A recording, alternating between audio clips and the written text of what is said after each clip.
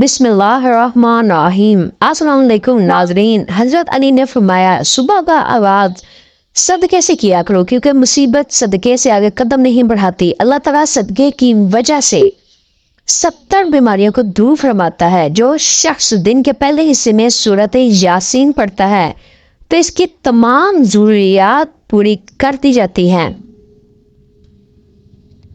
جو دوسروں کو نقصان پہنچائے اللہ اسے نقصان پہنچائے گا، اور جو دوسروں کو تکلیف دے اللہ تعالیٰ اسے تکلیف دے گا۔ کوئی دھوکے باز، کوئی بخیل، کوئی احسان جتانے والا، کوئی بد اخلاق جنت میں داخل نہ ہوگا۔ مومن بندے اور کفر کے درمیان فرق نماز کا ترک کرنا ہے۔ سورج کی کرنیں زمین پر پڑنے سے پہلے نیند سے جاگ جایا کرو، کیونکہ اس وقت رزق تقسیم کیا جا رہا ہوتا ہے۔ 3 چیزیں انسان کو اللہ سے دور کرتی ہیں: اپنے عمل کو بہتر سمجھنا، اپنے گناہوں کو بھول جانا، اور اپنے آپ کو سب سے بہتر سمجھنا۔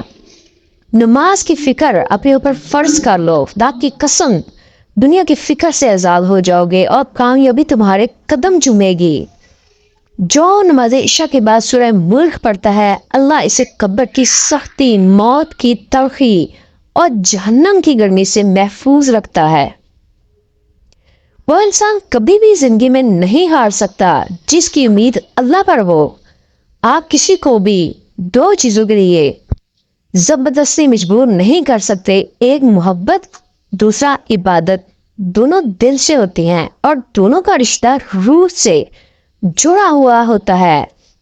جب رب راضی ہونے لگتا ہے تو بندے کو اپنے عیبوں کا پتہ لگنا شروع ہو جاتا ہے، اور یہی اس کی رحمت کی پہلی نشانی ہے۔ زیادہ اللہ کا شکر ادا کرو گے تو اللہ تمہیں اتنا ہی عطا کرے گا۔ کائنات میں کوئی کسی کا اتنی شدت سے انتظار نہیں کرتا جتنا اللہ اپنے بندوں کی توبہ کا انتظار کرتا ہے۔ نفرت گناہ سے کرو، گناہ کرنے والے سے نہیں۔ شاید تمہاری محبت میں آ کر وہ گناہ کرنا ہی چھوڑ دیں۔ قیامت کی نشانیوں میں ایک نشانی یہ بھی ہے کہ جھوٹے لوگوں کی عزت ہوگی اور سچے لوگ ذلیل ہو رہے ہوں گے۔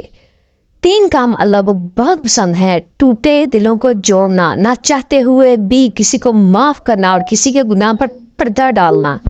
جو لوگ برداشت کرتے ہیں ان کے ساتھ اٹھا بیٹھا کرو، اس طرح تمہاری قوت برداشت بڑھے گی۔ اگر تمہارا دل بے وجہ بے چین رہنے لگے تو سمجھ جانا تمہارا رب تمہیں عرش پر یاد کر رہا ہے۔ مشکل وقت میں کسی بزدل سے مشورہ مت لینا، کیونکہ وہ تمہاری بچی ہوئی ہمت کو بھی ختم کر دے گا۔ انسان کو کبھی تنہا نہ سمجھنا، کیونکہ جو تنہا ہوتا ہے اس کے سب سے قریب اللہ ہوتا ہے۔ جب خدا سے محبت ہو جاتی ہے تو لوگوں سے دل گھبرانے لگتا ہے۔ حضرت علی نے فرمایا اگر زندگی کو خوبصورت بنانا ہے تو سہنا سیکھو، نظر انداز کرنا سیکھو، خاموش رہنا سیکھو اور اکیلے جینا سیکھو۔ زندگی کی اصل خوبصورتی یہ نہیں کہ تم کتنے خوش ہو، بلکہ زندگی کی اصل خوبصورتی تو یہ ہے کہ دوسرے تم سے کتنا خوش ہیں۔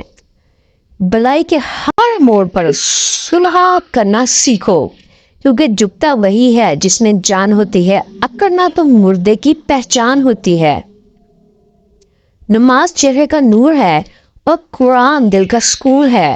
وضو سے شکل قرآن سے عقل اور نماز سے نسلیں پاک ہوتی ہیں۔ حضرت انس بن مالک روایت کرتے ہیں کہ رسول اللہ صلی اللہ علیہ وآلہ وسلم کو جب کوئی مشکل کام درپیش ہوتا تو آپ یہ دعا مانگتے: یا حی یا قیوم برحمتک استغیث۔